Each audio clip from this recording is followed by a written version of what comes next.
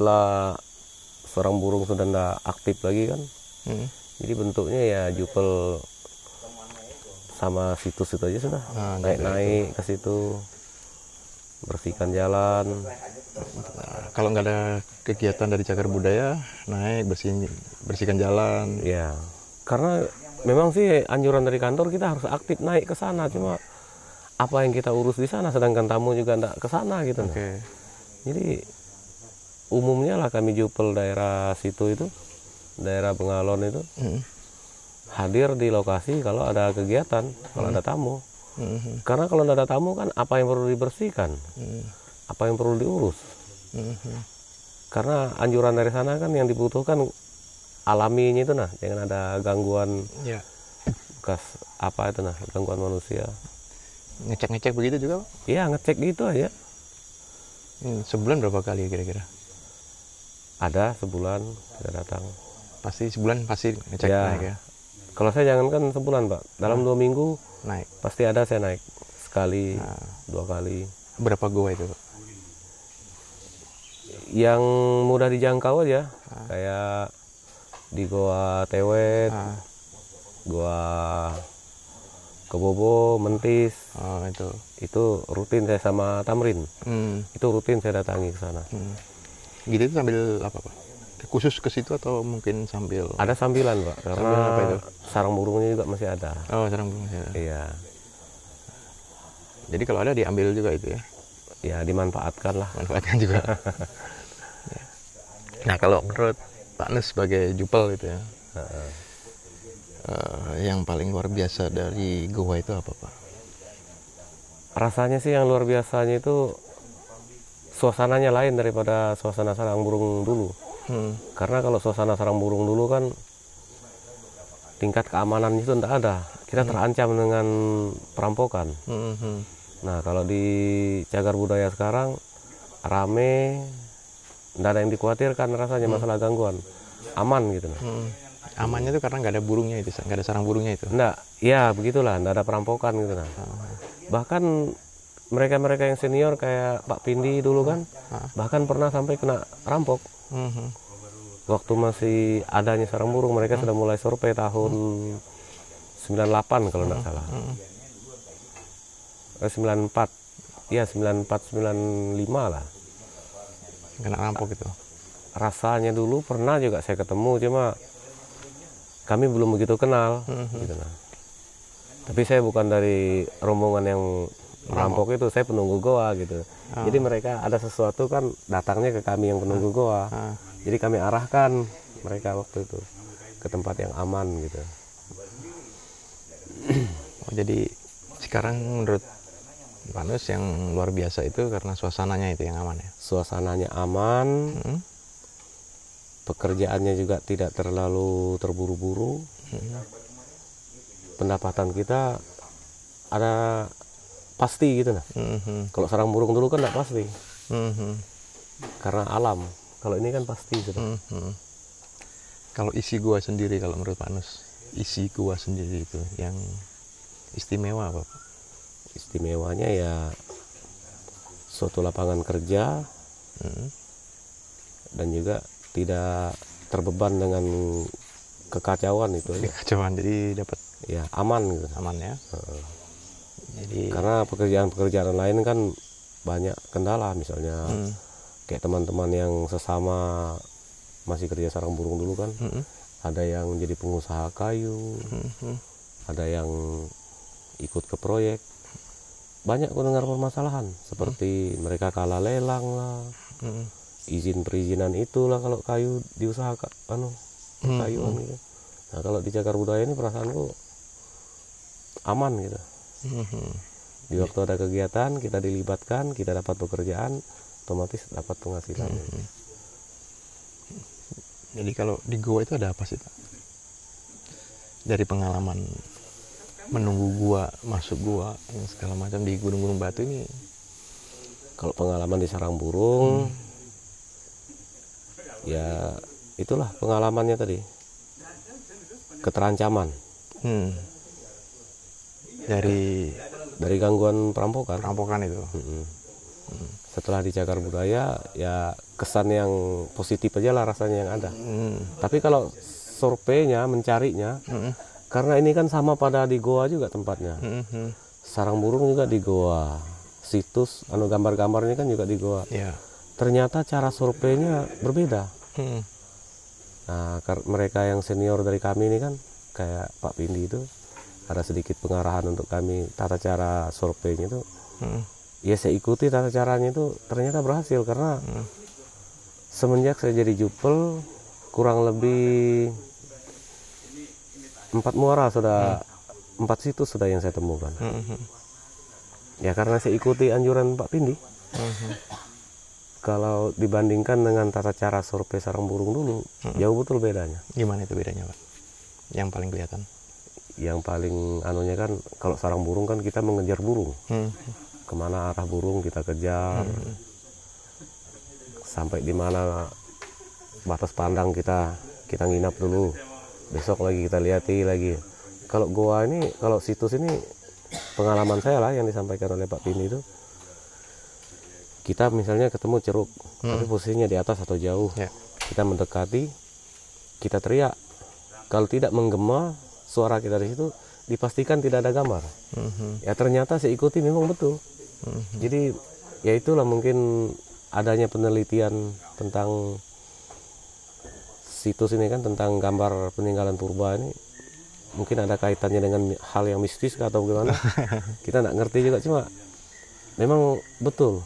Semua goa, ceruk yang ada gambarnya itu, sekitar 100 meter atau 50 meter kita daripada goa itu atau ceruk itu, kita teriak, gitu.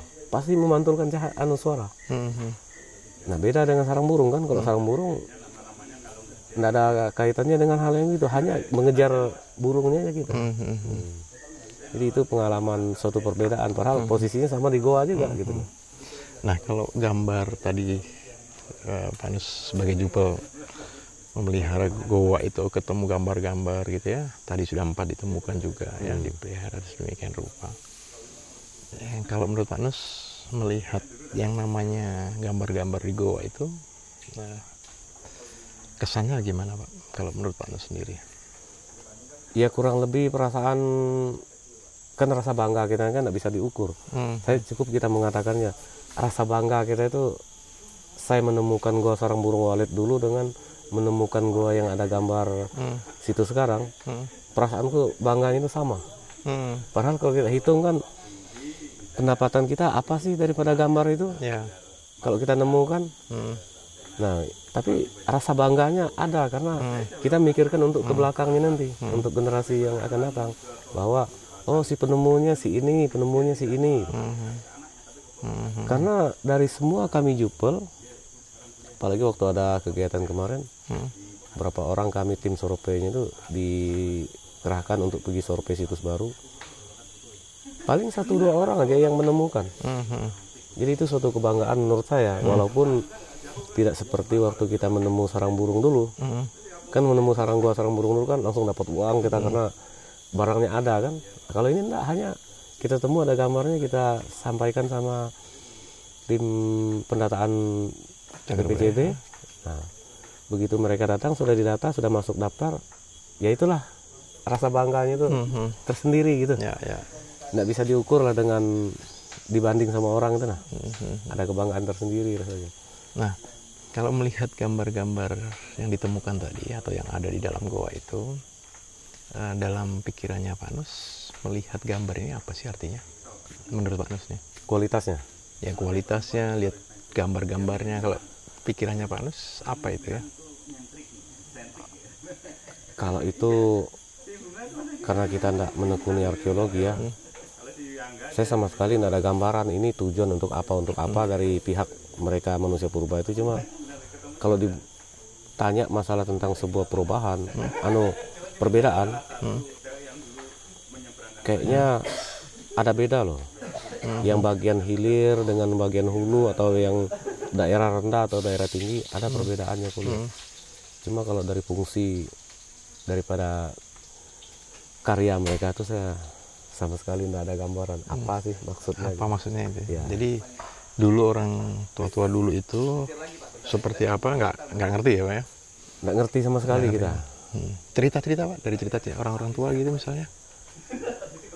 Sama sekali kita nggak pernah ada gambaran sebelum ini tadi, karena dulu ya di Goa Mentis itu di daerah Pengalon itu, sebelum tim BPCB ini datang, tim Sorpe, Mr. Pindi datang dulu, Goa Mentis itu kan goa sarang burung yang kami tunggu, bahkan gambar itu kami lihat.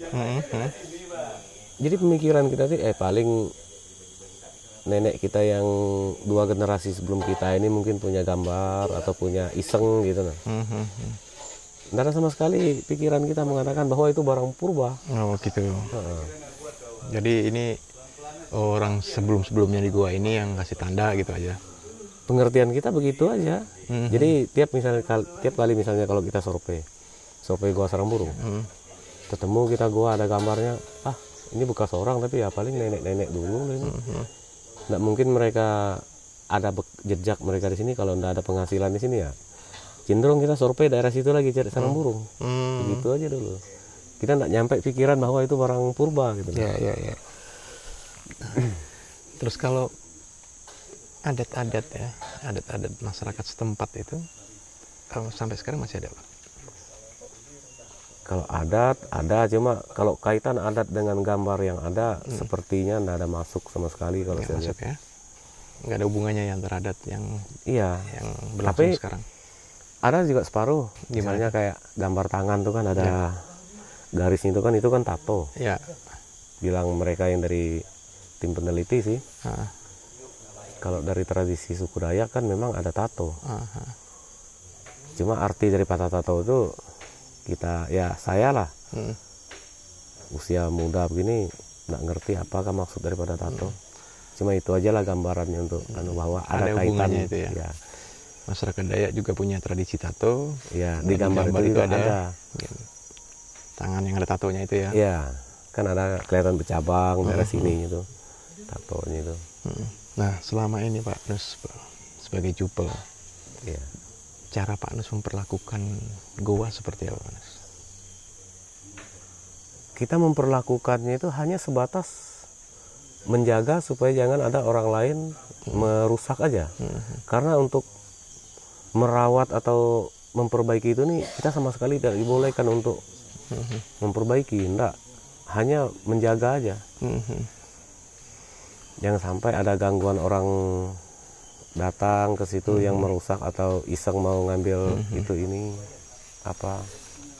Oke. Oh, jadi cara menjaganya begitu ya. Cara kita hanya menjaga daripada memastikan tidak ada gangguan, tidak ada gangguan ya. Oke. Nah, masalah kebersihan apa segala macam begitu tidak? Kebersihan.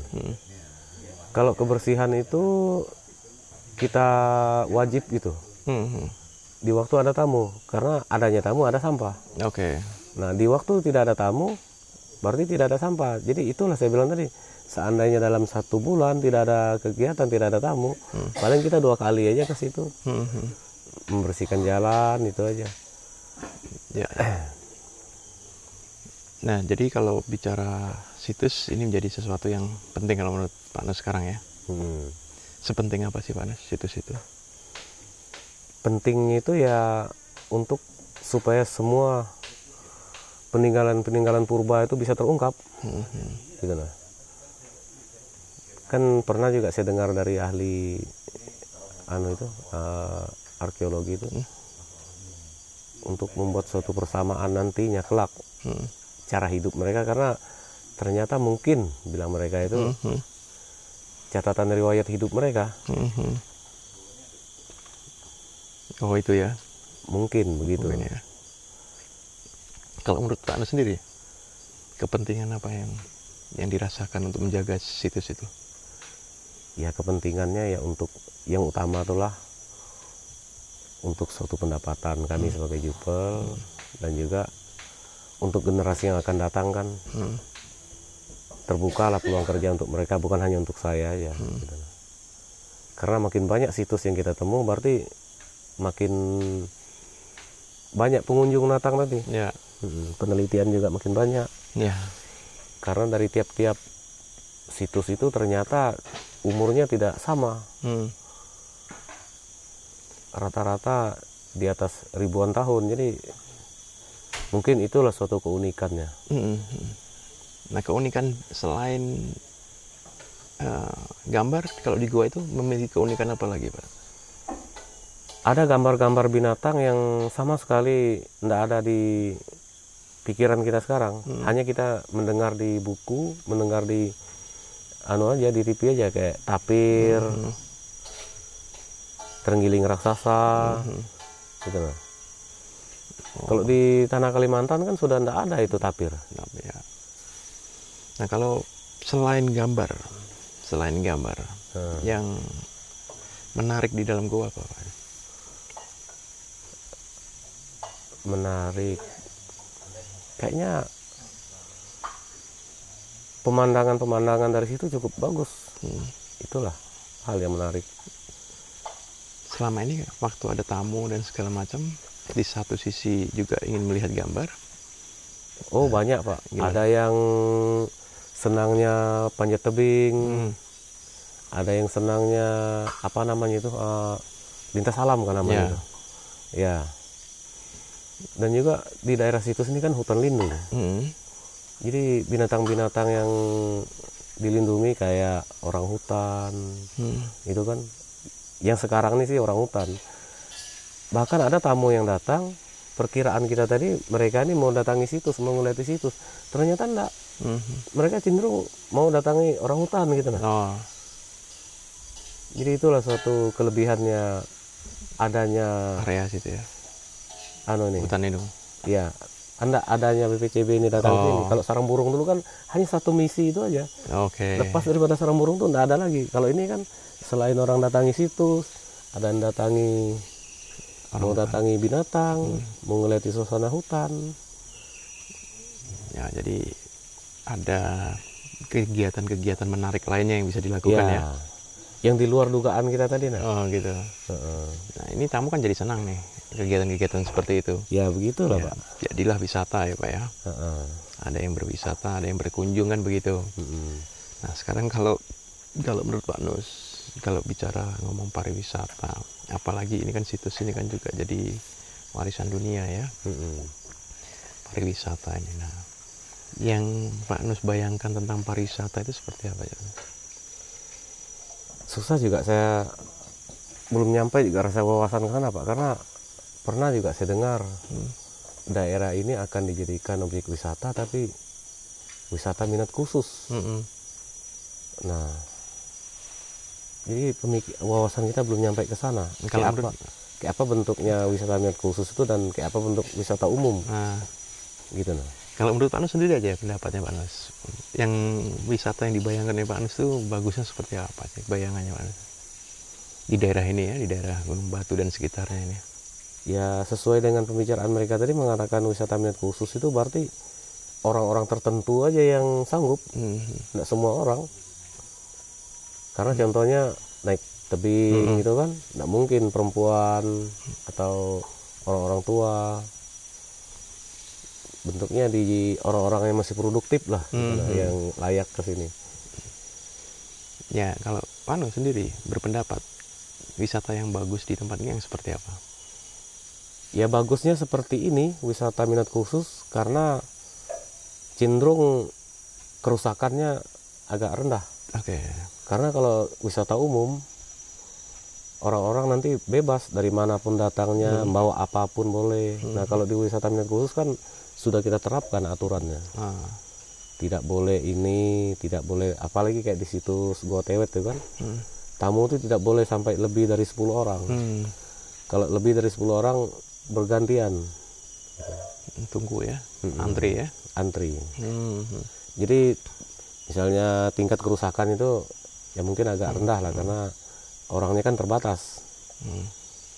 Pariwisatanya sendiri sudah mulai dikelola belum Pak dengan masyarakat? Kayaknya belum ini.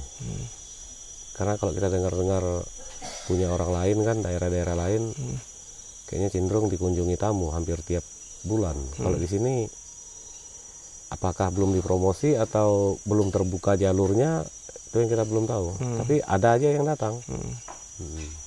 Jadi menurut Pak Nus pariwisata di Goa ini, pariwisata minat khusus di Goa ini belum terkelola oleh masyarakat ya? Belum terkelola oleh masyarakat dan juga belum dipromosikan secara detail gitu. Karena kayak di Bengalon ini kan, yang cenderung diketahui oleh para tamu wisatawan nih hanya Goa Tewet. Padahal gua-gua yang lain tuh nggak kalah bagusnya. Apalagi misalnya dia mau wisata tentang mengeliati situs, tapi dia punya hobi panjat tebing. Nah, yang paling mantap Goa Tamrin itu. Dua-duanya ada di situ. Oh gitu. Panjat tebingnya ada, pemandangannya bagus, gambarnya juga bagus, banyak. Nggak ada kalah sama goa yang lain. Oke, itu tentang pariwisata ya. Jadi memang belum terkelola dengan ini oleh masyarakat. Belum terkelola dan apakah belum dipromosikan itu aja lagi. Ya. Nah sekarang kalau bicara masyarakat di sekitar Gunung Batu, di sekitar Kars gitu ya Pak ya.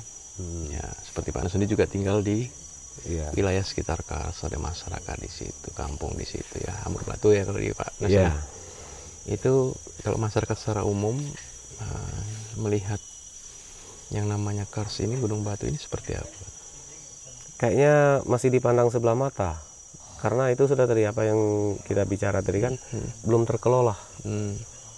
Jadi siapa yang berkecimpung di BPCB atau di yang ada kaitan sama pariwisata ini, kayaknya pihak mereka aja yang barusan merasa. Di pihak yang belum ikut berkecimpung di situ kayaknya hanya menonton aja baru. Menonton aja. Jadi belum jadi bagian dari masyarakat ya, hanya orang-orang tertentu ya. Ya, karena apakah itu mungkin belum dikelola atau sudah dikelola cuma tata cara kelolanya yang keliru gitu. Kalau bagi masyarakat luas, bagi masyarakat di kampung ya, bicara Kars itu manfaatnya apa Pak? Umumnya dari dulunya hanya sarang burung. Manfaatnya di sarang burung. Belum secara umum lah itu mengerti tentang ini. Nah, tapi sebagian besar atau pada umumnya melihatnya separuh lah sudah bagi dua lah sudah masyarakat yang mengenal tentang hal itu. Lukisan gambar bahwa itu peninggalan purba gitu, yang perlu dijaga. Ya. Jadi belum penuh semuanya ya? Ya belum sepenuhnya. Tapi kayaknya kalau menurut saya sih kalau dibuat satu perbandingan dengan daerah yang lain kayak daerah Bengkuris, daerah yang lain-lain kan, kayak di Bengkuris kan pernah terdengar bahwa pernah ada pengerusakan. Lantaran kalau di tempat kami di Bengalon sama sekali belum ada. Jadi apakah itu suatu awal daripada mereka sudah mulai mengerti gitu bahwa itu penting, bahwa itu warisan purba itu, peninggalan purba. Iya. Dulunya ya, sebelum bicara tentang gambar ya di Goa, kalau masyarakat itu melihat Gunung Batu dan hutan yang ada ini, mereka memahaminya seperti apa Pak? Memahami lingkungan ini, lingkungan Kars, hutan lindung yang seperti ini gitu. Kayaknya kalau pemahaman masyarakat menurut saya sih nggak begitu ada. Yang ada itu hanya ingin dikelola gitu aja. Kayak di Kars ini kan sarang burung, kayak di hutan lindung ini kan mungkin binatang, pekerjaan apakah, kayunya kah mau dimanfaatkan, itu aja kayaknya batas pengertian termasuk saya lah awalnya dulu. Nah setelah sekarang ini baru saya memang penting juga ya. Contohnya sekarang, sebelum ini tadi kan terkenal betul itu Merabu produksi madu. Nah sekarang karena kualitas hutan sudah rusak, musim madu tahun ini tidak jadi. Kenapa ya? Kurangnya kembang kan, karena kayu-kayu pada habis. Gitu. Ternyata itu rupanya fungsinya. Yang dulunya banjir hanya standar aja kok sekarang tiba-tiba banjir besar. Nah kalau kita dengar dari tim yang meneliti tentang hal itu kan itu pengaruh hutan. Oh iya bisa jadi karena kita merasakan sekarang. Kok banjirnya, hujannya sekedar aja kok banjirnya besar betul gitu. Ya. Nah bicara tadi itu, bicara tentang kondisi kars dan hutan, bahwa di sini perlu untuk dijaga, ya. Karena beberapa pengalaman tadi kan. Iya. Apa ini juga diajarkan Pak ke generasi-generasi berikutnya gitu.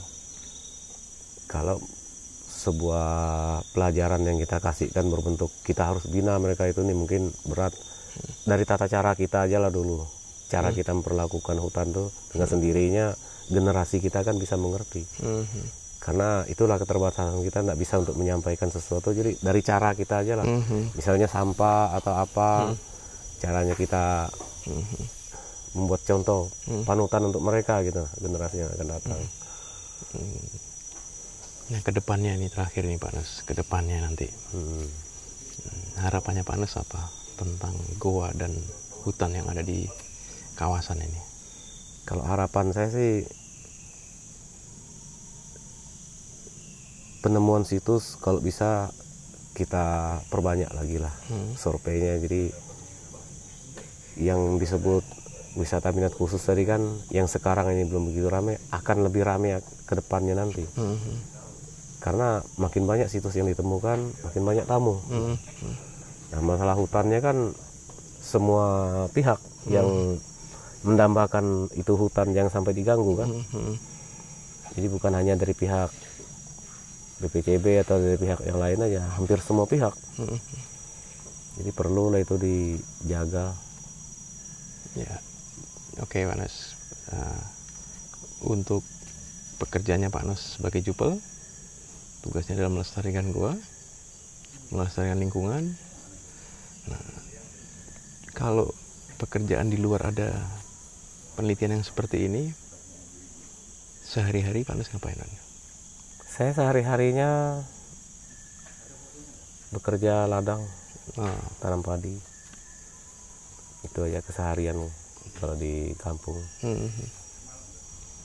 Jadi sehari-hari biasa pergi dari kegiatan baru kan ikut ya. Adanya kemajuan zaman sekarang kan jaringan telepon ini kan sudah ada. Jadi bila mana ada tamu kan tamunya kan lapor dulu ke kantor BPCB. Nah dari kantor BPCB itu sudah melapor ke kita bahwa ada tamu tujuannya ini bilangnya.